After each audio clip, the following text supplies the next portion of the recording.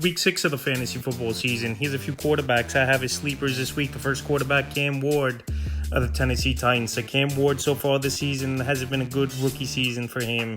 But this week it's a decent matchup at the Vegas Raiders. I give up the 14th most fantasy points to quarterbacks. And so Cam Ward, more of a deeper league, obviously. Deeper league play or two quarterback deep play is Cam Ward. The last few games from week 3 versus the Colts, 219 pass yards, a touchdown, interception, 12 rush yards. Week 4 at Houston, 108 pass yards, an interception, 22 rush yards.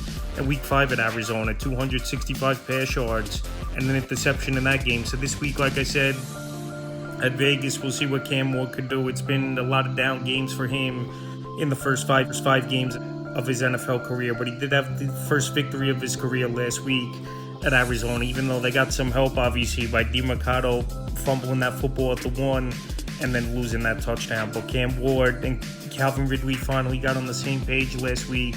Ridley went over 120 yards. And this week in Vegas, if you're in a pinch for quarterback, I think he's a decent sleeper this week. Next quarterback, Bryce Young of the Carolina Panthers, still out there in 81% of fantasy leagues. And this week he has a great matchup versus the Dallas Cowboys. I give up the most fantasy points to quarterbacks on the season. So Bryce Young, last couple weeks, stats have been getting a little bit better. Week 3 versus Atlanta, 121 pass yards, 8 rush yards, a rushing touchdown. Week 4, New England, 150 pass yards, a touchdown. And week 5 versus Miami, 198 pass yards, 2 touchdowns, an interception, a fumble loss. So like that game he had in Miami, I think we could see similar numbers from Bryce Young in this game. Leggett found the end zone last week. Tator McMillan, we know, is a solid wide receiver, even as a rookie so far this year.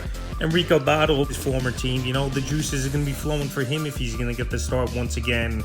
And especially he came off a 200-yard game last week. So with all those factors and a good matchup versus a bad Dallas Cowboy defense, I think he could go out there and be a decent sleeper this week. And the final quarterback, Dillon Gabriel of the Cleveland Browns, available in 95% of fantasy leagues. And last week in a tough matchup to go overseas, travel, and then versus a good defense, obviously, of the Minnesota Vikings. He went out there in his first career start, 190 pass yards, 2 touchdowns. So Gabriel, he didn't try to spread the field a lot for this Cleveland Brown team, but he still went out there, kept them in the game till the end, until Carson Wentz and the Vikings drove down and won one of the last possessions of the game. But Gabriel, he could run the football a little bit. We saw he get it out of the pocket at times, avoid some sacks. And this week, not a great matchup in Pittsburgh. Obviously, a great defense led by T.J. Watt, Hayward, Slay, and Ramsey, their top guys on defense. But believe it or not, they do give up the 4th most fantasy points to quarterbacks on the season. So I think Dillon Gabriel could go out there,